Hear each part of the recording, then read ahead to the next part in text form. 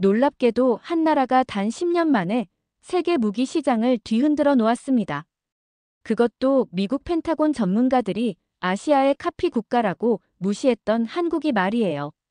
20년 경력의 미국 국방부 분석가가 한국 무기를 보고 나서 제 전문가 인생이 완전히 뒤바뀌었습니다라고 고백했거든요. 도대체 무슨 일이 벌어진 걸까요? 이야기를 시작하기 전에 구독과 좋아요 부탁드려요. 지금부터 미국 펜타곤을 충격에 빠뜨린 한국 무기의 놀라운 진실을 들려드리겠습니다. 저는 데이비드 첸입니다. 45살의 미국 국방부 산하전략연구소 수석 분석가죠. 20년간 아시아 무기 시장만 전문적으로 분석해온 사람입니다. 2023년 2월 어느 날 펜타곤 브리핑룸에서 동료들과 회의를 하고 있었어요. 그때 한 동료가 물었습니다. 데이비드, 최근 한국 무기 수출이 조금씩 늘고 있다는데 어떻게 생각해? 저는 망설임 없이 대답했습니다. 한국 무기는 아직 검증되지 않은 실험체에 불과합니다. 아시아 국가들의 무기는 기본적으로 카피와 저품질의 한계를 벗어나지 못해요. 그 순간 회의실이 조용해졌습니다. 모든 사람이 제 말에 고개를 끄덕였어요. 사실 이건 당시 미국 군사 전문가들의 일반적인 생각이었거든요. 저는 아시아계 미국인으로서 복잡한 감정을 갖고 있었습니다. 한편으로는 아시아에 대한 애정이 있었지만 다른 한편으로는 미군 무기의 절대적 우위를 믿고 있었어요. 20년간 쌓아온 전문가로서의 자존심도 있었고요. 그때까지만 해도 저는 확신했습니다. 미국 무기가 세계 최고이고 아시아 무기들은 아직 한참 부족하다고 말이에요. 당시 한국 방산 수출은 연간 70억 달러 정도였습니다. 미국의 10분의 1 수준이었어요. K9 자주포가 조금씩 해외에 팔리고 있었지만 대부분 개발도상국들이었습니다. 아직은 저가 시장에서만 경쟁력이 있는 수준이야. 제 분석이었어요. 선진국들은 여전히 미국이나 유럽 무기를 선호했거든요. 그런데 그해 여름부터 이상한 보고서들이 제 책상에 쌓이기 시작했습니다. 중동에서 온 소식들이었어요. 한국 무기 시스템에 대한 관심이 증가하고 있다. 처음엔 별로 중요하게 생각하지 않았습니다. 개발도상국들이 저렴한 대안을 찾는 것은 당연한 일이었거든요. 하지만 몇 달 후 더 구체적인 정보가 들어왔어요. 사우디아라비아가 한국제 천무 미사일 시스템 테스트를 진행 중. 이때부터 조금 신경이 쓰이기 시작했습니다. 사우디는 돈이 많은 나라예요. 굳이 검증되지 않은 무기를 테스트할 이유가 없었거든요. 동료들과 이야기해봤지만 반응은 시큰둥했어요. 그냥 가격 때문일 거야. 성능은 미국 무기에 비할 바가 못 되겠지. 아시아 무기들은 초기에는 괜찮아 보여도 장기 운용에서 문제가 드러나거든. 모두가 한국 무기를 대수롭지 않게 여겼습니다. 저도 마찬가지였어요. 그런데 2023년 가을, 폴란드에서 놀라운 소식이 들려왔습니다. 폴란드가 한국과 대규모 무기 계약을 검토 중이다.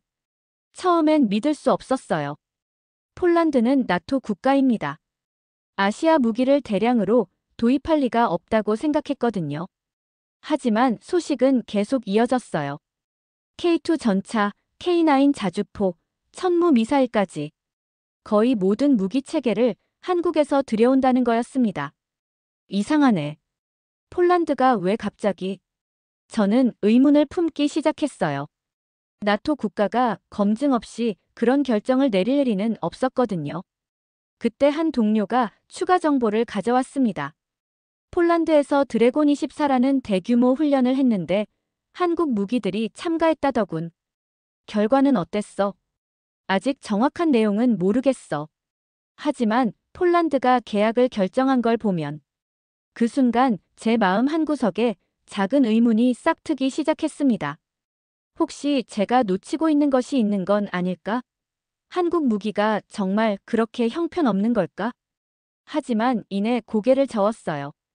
20년간 쌓아온 제 분석이 틀릴 리 없다고 생각했거든요. 그런데 진짜 충격은 그 다음에 기다리고 있었습니다. 2023년 11월 12일 제 인생을 바꾼 보고서가 도착했습니다. 예멘 북부 후티 반군 미사일 기지에 대한 사우디군의 공격 결과였어요. 한국제 천무 다연장 로켓 시스템 45km 거리에서 정밀 타격 성공. 목표물 완전 파괴. 민간 피해 제로. 저는 눈을 의심했습니다. 이게 정말 가능한 일일까요? 그때까지 우리가 알고 있던 상식으로는 설명이 안 됐거든요. 미국의 하이마스나 유럽의 최신 무기들도 이 정도 성과를 내기는 쉽지 않았는데 말이에요. 더 놀라운 건 그 다음이었습니다. 천무의 원형 공산 오차, 즉 정확도가 9m라는 거였어요. 이건 미국 무기와 비교해도 손색 없는 수준이었습니다. 저는 급하게 동료들을 불러 모았어요.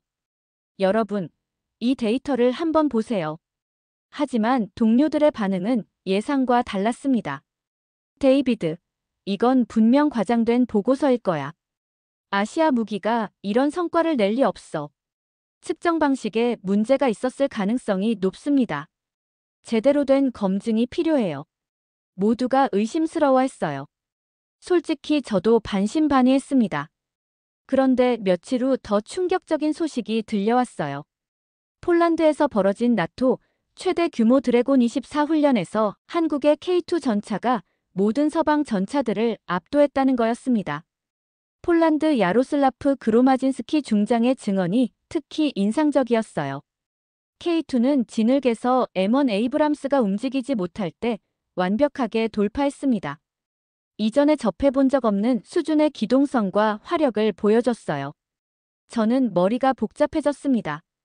20년간 제가 쌓아온 분석 틀이 흔들리기 시작한 거예요. 그동안 우리는 한국을 포함한 아시아 국가들의 무기를 이렇게 평가했습니다. 값은 싸지만 성능은 떨어진다. 실전 경험이 부족하다. 기술력이 서방에 비해 한참 뒤떨어진다. 하지만 지금 눈앞에 펼쳐진 데이터들은 완전히 다른 이야기를 하고 있었어요. K2 전차는 M1 에이브람스보다 10톤이나 가벼우면서도 디젤 엔진으로 정비가 간편했습니다. 연비도 월등히 좋았고요. 천무는 60초 안에 12개 표적을 동시에 타격할 수 있었어요. 이건 하이마스보다도 뛰어난 성능이었습니다. 더욱 놀라운 건 불발률이었어요. 중국제 무기의 불발률이 30%에 달하는 반면 한국 무기는 거의 0%였거든요. 그날 밤 저는 잠을 이룰 수 없었습니다. 과연 제가 20년간 해온 분석이 맞는 걸까요? 아시아 무기에 대한 편견이 너무 심했던 건 아닐까요? 하지만 인정하기는 쉽지 않았어요. 펜타곤 전체가 저와 같은 생각이었거든요. 그런데 다음 날 아침, 더 큰 충격이 기다리고 있었습니다. 그 다음 날 아침, 펜타곤 전체가 발칵 뒤집혔습니다. 폴란드가 한국과 역사상 최대 규모의 무기 계약을 체결했다는 소식 때문이었어요. K2 전차 180대에 추가로 800대 더, K9 자주포 600문 이상, 천무 다연장 로켓 288대, 총 계약 규모만 수십조 원에 달했습니다. 더 놀라운 건 현지 생산까지 포함된 계약이라는 거였어요. 이건 단순한 무기 판매가 아니라 기술 이전을 의미했습니다. 저는 급하게 폴란드 국방부 관계자와 연락을 취했어요. 직접 확인해보고 싶었거든요. 정말 한국 무기가 그렇게 뛰어난가요? 폴란드 국방부 장교의 대답은 충격적이었습니다. 데이비드 씨, 드래곤 24 훈련을 직접 보셨다면 의심하지 않으실 겁니다. K2는 4km 거리 사격에서 다른 모든 서방 전차를 압도했어요. 구체적인 내용을 듣고 나니 더욱 놀라웠습니다. 진흙과 늪지대 통과 능력에서 K2는 완주했는데 M1 에이브람스는 진흙에 매몰됐다는 거예요. K2의 디젤 엔진이 가스터빈보다 훨씬 실용적이더군요. 연비도 뛰어나고 정비도 간편해요. 저는 점점 혼란스러워졌습니다. 제가 알고 있던 상식과 완전히 달랐거든요. 그때 한국 무기의 독특한 개발 배경을 알게 됐어요. 분단국가라는 특수한 상황이 만들어낸 철학이었습니다. 한국 기술진과의 첫 통화에서 들은 말이 충격적이었어요. 저희는 같은 민족을 상대해야 하는 현실을 염두에 두고 무기를 개발합니다. 파괴가 목적이 아니라 해결이 목적이에요. 이 말이 무슨 뜻인지 처음엔 이해하지 못했습니다. 하지만 곰곰 생각해보니 엄청난 차이였어요. 다른 나라들은 적을 완전히 제압하는 것에 중점을 두지만 한국은 민간 피해를 최소화하면서도 효과적으로 억제하는 데 초점을 맞춘다는 거였죠. 천무의 설계 철학도 그런 맥락이었습니다. 정밀도를 극대화해서 꼭 필요한 목표만 타격하고 부수적 피해는 최소화하는 것이었어요. 이런 철학이 실제로는 더 뛰어난 성능으로 이어졌다는 게 놀라웠습니다. 펜타곤 내부 분위기도 서서히 바뀌기 시작했어요. 처음엔 저를 의심의 눈초리로 바라보던 동료들도 점차 관심을 보이기 시작했습니다. 데이비드, 정말 한국 무기가 그렇게 좋은 거야? 폴란드가 나토 국가인데 검증 없이 그런 대규모 계약을 했을 리는 없을 텐데. 제 상관도 조심스럽게 물어봤어요. 좀 더 자세한 분석 보고서를 작성해 볼 수 있겠나? 하지만 여전히 의구심을 갖는 사람들이 많았습니다. 특히 기존 무기업체들과 관련된 사람들은 강하게 반발했어요. 성급한 판단은 위험합니다. 더 많은 검증이 필요해요. 아시아 무기에 대한 과도한 기대는 금물입니다. 저는 딜레마에 빠졌어요. 객관적인 데이터는 한국 무기의 우수성을 보여주고 있었지만 조직 내 분위기는 여전히 회의적이었거든요. 그런데 며칠 후 더 큰 변화가 일어났습니다. 유럽의 다른 국가들도 한국 무기에 관심을 보이기 시작한 거예요. 루마니아, 체코, 헝가리까지. 동유럽 국가들이 연쇄적으로 한국 무기 도입을 검토한다는 소식이 들려왔습니다. 저는 더 이상 이 현상을 무시할 수 없다고 생각했어요. 뭔가 근본적인 변화가 일어나고 있다는 걸 직감했습니다.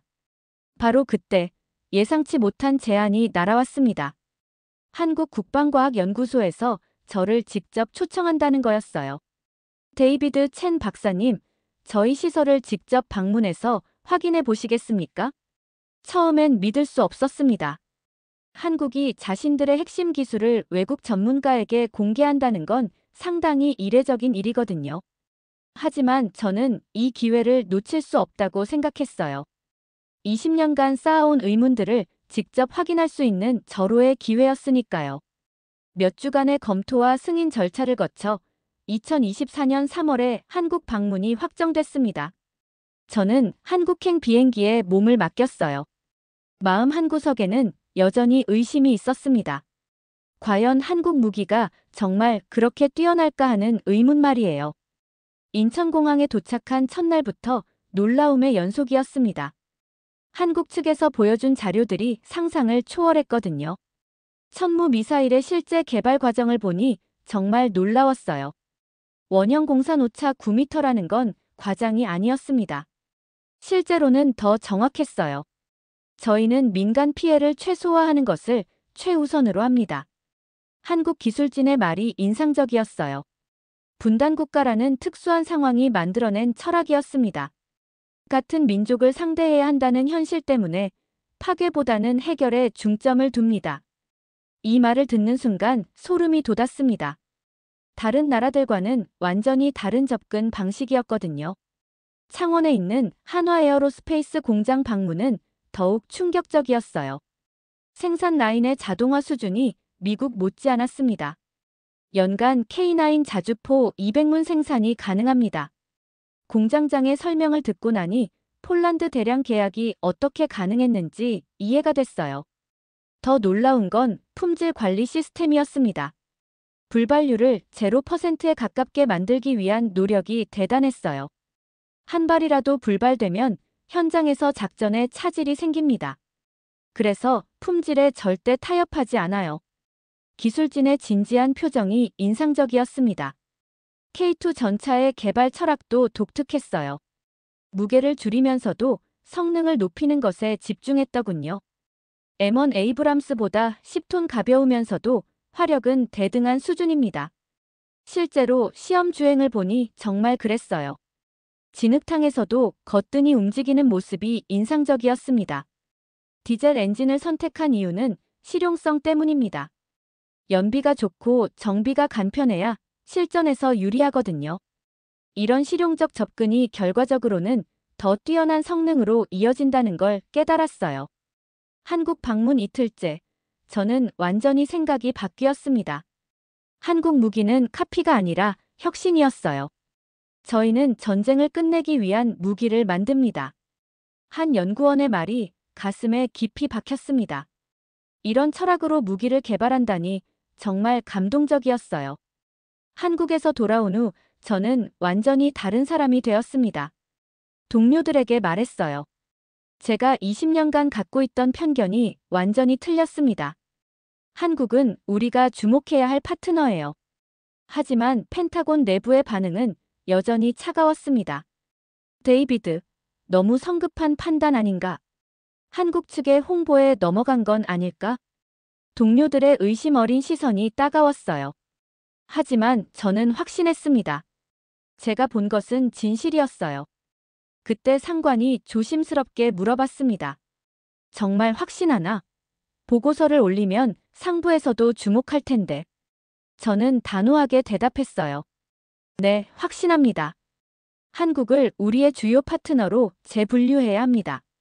그리고 며칠 후 제 인생을 바꿀 기회가 찾아왔습니다. 그 기회는 바로 펜타곤 고위층 브리핑이었습니다. 제가 한국에서 본 것들을 공식적으로 보고할 수 있는 자리였어요. 하지만 준비 과정부터 험난했습니다. 동료들의 반발이 상상 이상이었거든요. 데이비드, 정말 괜찮은 건가? 20년 경력을 걸고 이런 주장을 하는 거야? 혹시 한국에서 무슨 로비라도 받은 건 아니야? 심지어 일부 동료들은 제 객관성에 의문을 제기했어요. 아시아계라서 편향된 시각을 갖고 있는 건 아닐까? 이런 말을 들을 때마다 가슴이 아팠습니다. 하지만 저는 포기할 수 없었어요. 제가 본 진실을 알려야 했거든요. 더 큰 문제는 방산업체들의 압력이었습니다. 기존 무기 체계를 공급하던 업체들이 강하게 반발하기 시작한 거예요.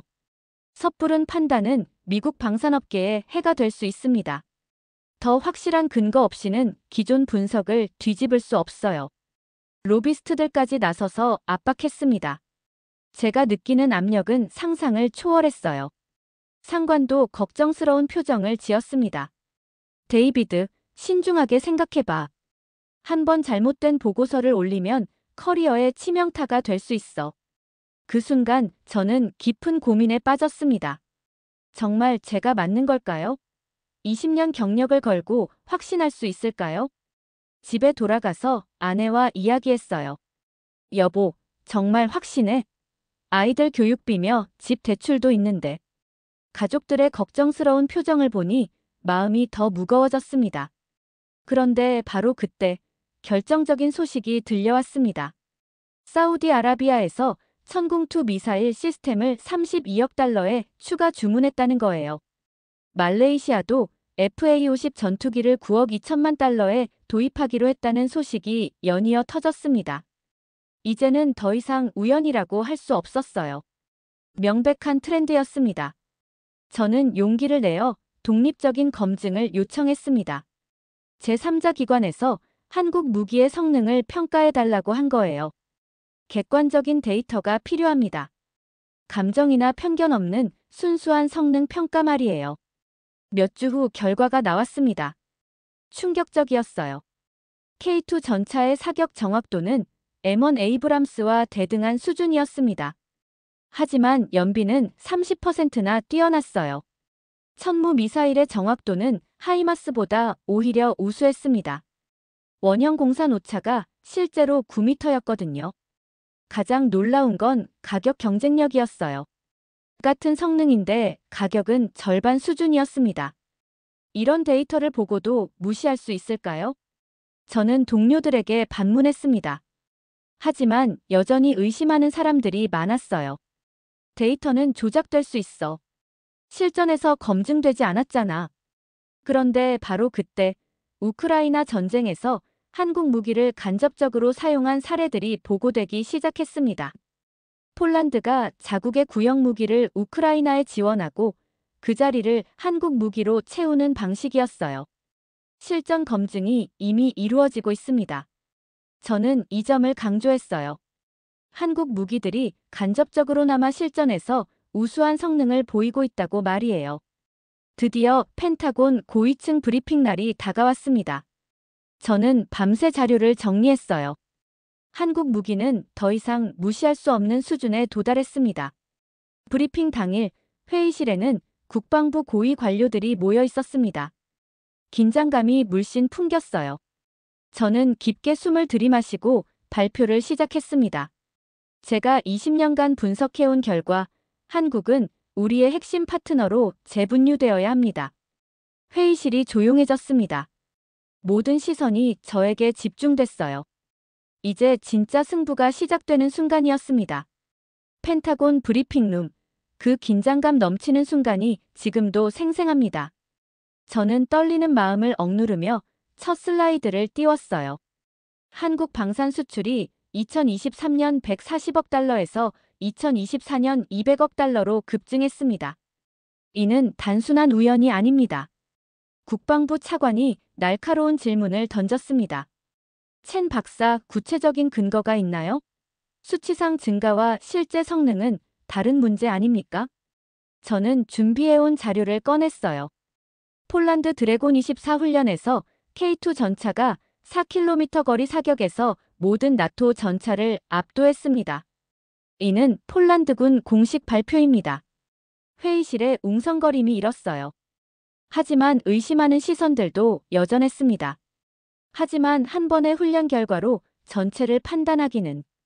그때 저는 결정적인 카드를 꺼냈습니다. 사우디아라비아 실전 데이터입니다. 천무 미사일이 85km 거리에서 5m 정확도를 기록했어요. 불발률은 0%였습니다. 국방부 장관이 몸을 앞으로 기울였습니다. 정말입니까? 그 정도 정확도라면. 네, 맞습니다. 게다가 민간 피해도 전혀 없었어요. 이게 바로 한국 무기의 철학입니다. 저는 한국에서 들었던 이야기를 전했습니다. 한국은 분단국가라는 특수 상황 때문에 같은 민족을 상대해야 한다는 현실을 고려합니다. 그래서 파괴보다는 정밀한 해결에 중점을 둬요. 이 말에 회의실 분위기가 바뀌기 시작했습니다. 흥미롭군요. 그런 철학이 실제로 더 나은 성능으로 이어진다는 말인가요? 저는 확신에 찬 목소리로 대답했어요. 그렇습니다. K9 자주포의 경우 전 세계에 1150문이 수출됐습니다. 11조 5천억 원 규모예요. 구체적인 숫자들이 나오자 참석자들의 표정이 진지해졌습니다. 천궁2 미사일 시스템은 아랍에미리트의 36억 달러, 사우디의 32억 달러로 계약됐어요. 이 정도 규모면 이미 검증됐다고 봐야 합니다. 국방부 차관이 날카롭게 물었습니다. 그렇다면 우리 미국에게는 어떤 의미가 있나요? 저는 이 질문을 기다렸어요. 한국을 경쟁자가 아닌 파트너로 봐야 합니다. 상호 보완적 관계 말이에요. 그때 한 장성이 의외의 질문을 했습니다. 한국 무기의 가장 큰 장점이 뭐라고 생각하나요? 저는 잠시 생각하다가 대답했어요. 실용성입니다. K2 전차가 M1 에이브람스보다 10톤 가벼우면서도 성능은 대등해요. 디젤 엔진이라 연비도 30% 좋고요. 그게 그렇게 중요한가요? 매우 중요합니다. 실전에서는 연료 보급이 생명이거든요. 게다가 정비도 훨씬 간편해서 가동률이 높아요. 브리핑이 진행될수록 분위기가 호전됐습니다. 처음에는 의심스러워하던 사람들도 점차 관심을 보이기 시작했어요. 그런데 신뢰성은 어떻습니까? 아직 장기간 검증이 부족하지 않나요? 이 질문에 저는 웃으며 대답했습니다.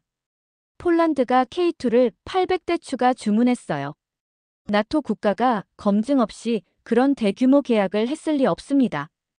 회의 막바지에 국방부 장관이 결정적인 질문을 던졌습니다. 첸 박사의 권고사항은 무엇입니까? 저는 깊게 숨을 들이마시고 답했어요. 한국을 주요 군사 파트너로 재분류하고 공동 개발 프로젝트를 검토해야 합니다. 그들의 실용적 접근법에서 우리도 배울 점이 많아요. 브리핑이 끝난 후 국방부 차관이 저에게 다가왔습니다. 좋은 분석이었습니다. 좀 더 자세한 후속 보고서를 부탁합니다. 그 순간 저는 가슴이 벅차올랐어요. 드디어 제 목소리가 전달됐다는 느낌이었거든요. 며칠 후 상관이 저를 불렀습니다. 데이비드, 축하해. 한미 군사협력 담당관으로 승진 발령이 났어. 정말입니까? 응. 그리고 한국 무기 전담팀도 신설된다고 해. 내가 팀장을 맡게 될 거야. 그 순간 저는 눈물이 날 뻔했습니다. 20년간 쌓아온 편견을 깨고 진실을 알린 보람이 있었어요. 하지만 가장 기뻤던 건 따로 있었습니다. 이제 한국과 미국이 진정한 파트너가 될 수 있다는 희망이었어요. 승진 후 제 업무는 완전히 달라졌습니다. 한국 무기의 확산을 지켜보는 것이 주된 임무가 됐어요. 그런데 그 속도가 상상을 초월했습니다.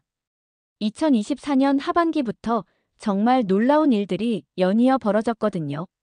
먼저 루마니아가 K9 자주포 도입을 공식 발표했습니다. 54문을 12억 달러에 계약한 거예요. 나토 표준에 완벽하게 부합하는 무기 시스템입니다. 루마니아 국방장관의 발표를 듣고 저는 깊이 감동했어요. 이제 한국 무기가 나토 표준으로 인정받기 시작한 거였거든요. 체코도 뒤따랐습니다. K2 전차 20대와 K9 자주포 24문을 주문했어요. 드래곤 24 훈련 결과를 보고 확신했습니다. 체코 국방부 관계자의 말이었어요. 실전 검증의 힘이 얼마나 큰지 다시 한번 느꼈습니다. 하지만 진짜 놀라운 건 그 다음이었어요. 노르웨이까지 한국 무기에 관심을 보이기 시작한 거였습니다. K9의 북극 작전 능력을 테스트하고 싶습니다. 노르웨이는 혹독한 추위에서도 작동하는 무기가 필요했거든요. 한국이 그 조건을 충족시킬 수 있다고 판단한 거예요. 저는 이런 변화들을 실시간으로 보고하며 놀라움을 금치 못했습니다. 한국 무기가 이렇게 빨리 유럽 전체로 확산될 줄은 예상 못했어요. 상관도 비슷한 반응이었어요. 정말 대단하군. 아시아 무기가 유럽에서 이런 인정을 받는 건 역사상 처음 아닌가? 그런데 더 놀라운 소식들이 계속 이어졌습니다. 중동에서도 한국 무기 열풍이 불기 시작한 거예요.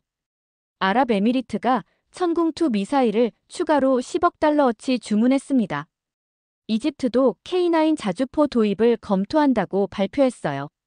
사우디아라비아의 실전 결과를 보고 확신하게 됐습니다. 이집트 국방부 대변인의 말이었습니다. 한 나라의 성공 사례가 주변국들에게 파급되는 모습이 신기했어요. 하지만 가장 인상적이었던 건 아시아 지역의 반응이었습니다. 인도네시아가 KF-X 차세대 전투기 공동 개발에 참여하기로 했어요. 80억 달러 규모의 프로젝트였습니다. 인도네시아에게는 기술 이전이 가장 중요했습니다. 한국이 그 조건을 받아들였어요. 이건 단순한 무기 판매가 아니라 기술 협력이었어요. 상생하는 모델이었습니다. 태국도 K2 전차 도입을 결정했습니다. 28대를 5억 달러에 계약했어요. 동남아시아 기후에 최적화된 전차가 필요했는데 K2가 완벽했습니다. 태국군 관계자의 평가였어요. 한국이 각 지역의 특성을 고려해서 무기를 개발한다는 점이 큰 장점이었습니다. 제가 가장 놀랐던 건 호주의 관심이었어요. 한국과 공동으로 차세대 해군 함정을 개발하고 싶습니다. 호주 국방부에서 제안해온 내용이었어요. 이제 한국이 서방 선진국과 대등한 파트너로 인정받고 있다는 증거였습니다. 이런 변화들을 지켜보면서 저는 깊은 감동을 받았어요. 불과 2년 전만 해도 저는 한국을 아시아의 카피 국가라고 생각했었거든요. 그런데 이제는 전 세계가 한국 기술을 인정하고 있었습니다. 더욱 놀라운 건 한국의 대응이었어요. 급격한 수요 증가에도 불구하고 품질을 절대 타협하지 않았거든요. 생산량을 늘리되 품질은 더욱 엄격하게 관리하겠습니다. 한화 에어로스페이스 관계자의 말이었어요. 이런 자세가 더욱 큰 신뢰를 만들어냈습니다. 2024년 연말, 저는 종합보고서를 작성했어요. 한국 방산 수출이 목표했던 200억 달러를 달성했습니다. 더 놀라운 건 품질에 대한 클레임이 거의 없다는 점이에요. 상부의 반응도 긍정적이었습니다. 한국을 주요 파트너로 분류한 판단이 옳았군. 국방부 차관의 말이었어요. 저는 뿌듯함을 느꼈습니다. 하지만 가장 기뻤던 순간은 따로 있었어요. 의회 청문회에서 제가 공식 증언을 하게 된 거였습니다. 이제 아시아 무기에 대한 편견을 버릴 때입니다. 한국은 우리의 소중한 동맹이자 파트너예요. 제 증언을 듣던 의원들이 고개를 끄덕였습니다. 드디어 편견의 벽이 무너지는 순간이었어요. 그 순간 저는 확신했습니다. 한국의 성공은 이제 시작에 불과하다고 말이에요. 2025년 현재, 저는 펜타곤에서 한미 군사협력 담당관으로 일하고 있습니다. 2년 전만 해도 상상할 수 없었던 일이에요. 오늘 아침에도 놀라운 소식이 들려왔어요. 한국이 2024년 방산 수출 목표였던 200억 달러를 성공적으로 달성했다는 거였습니다. 더 놀라운 건 2027년까지 세계 방산 수출 시장 5% 점유율을 목표로 한다는 발표였어요. 세계 4위 방산 수출국으로 도약하겠다는 야심찬 계획이었습니다. 제 책상 위에는 매일 새로운 계약 소식들이 쌓입니다. K9 자주포는 이제 전 세계 1150문이 수출됐어요. 11조 5천억 원 규모입니다. 폴란드를 시작으로 루마니아, 체코, 노르웨이까지 유럽 대부분 국가가 한국 무기를 도입했거든요. 천궁2 미사일 시스템도 대성공이었습니다. 아랍에미리트 36억 달러, 사우디아라비아 32억 달러 계약은 시작에 불과했어요. 지금은 중동 전체가 한국 방공 시스템에 관심을 보이고 있습니다. 가장 감동적인 건 한국의 철학이 세계적으로 확산되고 있다는 점이에요. 전쟁을 끝내기 위한 무기. 이 개념이 이제 국제사회에서 주목받고 있습니다. 민간 피해를 최소화하면서도 효과적인 억제력을 발휘하는 무기 체계 말이에요. 얼마 전 나토 회의에서 한국 대표가 발표한 내용이 인상적이었어요. 우리는 파괴가 아닌 해결을 추구합니다. 같은 민족을 상대해야 하는 현실이 우리에게 가르쳐준 지혜입니다. 회의장에 있던 모든 사람이 깊이 공감했어요. 이런 철학적 접근이 결과적으로는 더 뛰어난 성능을 만들어낸다는 걸 모두가 인정하기 시작했거든요. 최근 가장 주목받는 프로젝트는 800km 사거리의 차세대 KTSSM 개발입니다. 2027년 완성 예정인데 이게 완성되면 또 한 번 세계를 놀라게 할 것 같아요. 한국과 미국의 협력도 전례 없는 수준으로 발전했습니다. 제가 담당하는 공동 개발 프로젝트만 해도 10개가 넘어요. 특히 한국의 정밀 타격 기술과 미국의 전자전 기술을 결합한 프로젝트가 기대됩니다. 양국의 장점을 모두 살린 차세대 무기 체계가 나올 예정이에요. 지난주에는 한국 기술진들과 화상회의를 했어요. 그분들과 이야기할 때마다 놀라는 게 여전히 겸손하다는 점이에요. 아직 갈 길이 멀어요. 더 정밀하고 더 인도적인 무기를 만들어야 합니다. 이런 자세가 한국 무기의 진정한 힘이라고 생각해요. 요즘 펜타곤 내부 분위기도 완전히 바뀌었습니다. 2년 전만 해도 저를 의심스럽게 바라보던 동료들이 이제는 한국 전문가로 인정해줘요. 데이비드, 한국의 다음 프로젝트는 뭐야? 한국 기업들과 미팅 좀 주선해줄 수 있어? 이런 질문들을 매일 받습니다. 격세지감이에요. 최근에는 의회에서도 한국과의 협력 확대를 적극 지지하고 있어요. 지난달 국방위원회 청문회에서 한 의원이 이런 말을 했습니다. 한국은 우리의 경쟁자가 아니라 가장 소중한 파트너입니다. 함께 성장하는 모델을 만들어야 해요. 정말 감동적이었어요. 편견이 얼마나 무서운 건지, 그리고 그 편견을 깨는 게 얼마나 중요한지 다시 한번 깨달았거든요. 개인적으로도 큰 변화가 있었어요. 아시아계 미국인으로서의 정체성 갈등이 해결됐습니다. 이제는 자랑스럽게 말할 수 있어요. 아시아의 기술력이 세계를 바꾸고 있습니다. 제 딸이 얼마 전에 물어봤어요. 아빠, 한국이 정말 그렇게 대단한 나라야? 저는 확신에 찬 목소리로 대답했습니다. 그래, 정말 대단한 나라야. 아빠가 평생 본 것 중에 가장 감동적인 성공 스토리야. 한국의 성공은 단순한 무기 수출의 성공이 아니에요. 분단 국가의 절실함이 만들어낸 혁신의 승리이고 평화를 향한 철학의 승리입니다. 앞으로 몇 년 후면 한국이 정말로 세계 4위 방산 강국이 될 것 같아요. 하지만 더 중요한 건 한국이 보여준 새로운 모델이 세계에 확산되고 있다는 점이에요. 파괴가 아닌 해결. 이 철학이 전 세계 무기 개발의 새로운 기준이 되고 있습니다. 20년 경력의 미국 전문가였던 제가 한국에게서 배운 가장 소중한 교훈이에요. 편견을 버리고 진실을 보는 용기, 그리고 상생하는 지혜 말입니다. 지금 이 순간에도 한국 연구진들은 더 나은 세상을 위해 밤새워 연구하고 있을 거예요. 그 열정과 철학이 있는 한 한국의 성공은 계속될 것입니다. 그리고 저는 그 여정을 함께할 수 있어서 정말 행복합니다. 오늘의 이야기는 여기까지입니다.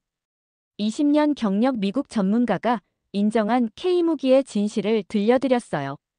편견에서 인정으로, 의심에서 확신으로 바뀐 놀라운 여정이었습니다. 오늘 이야기가 마음에 드셨다면 좋아요 버튼 꾹 눌러주시고요. 구독과 알림 설정까지 해주시면 정말 큰 힘이 됩니다. 긴 시간 들어주셔서 진심으로 감사드립니다.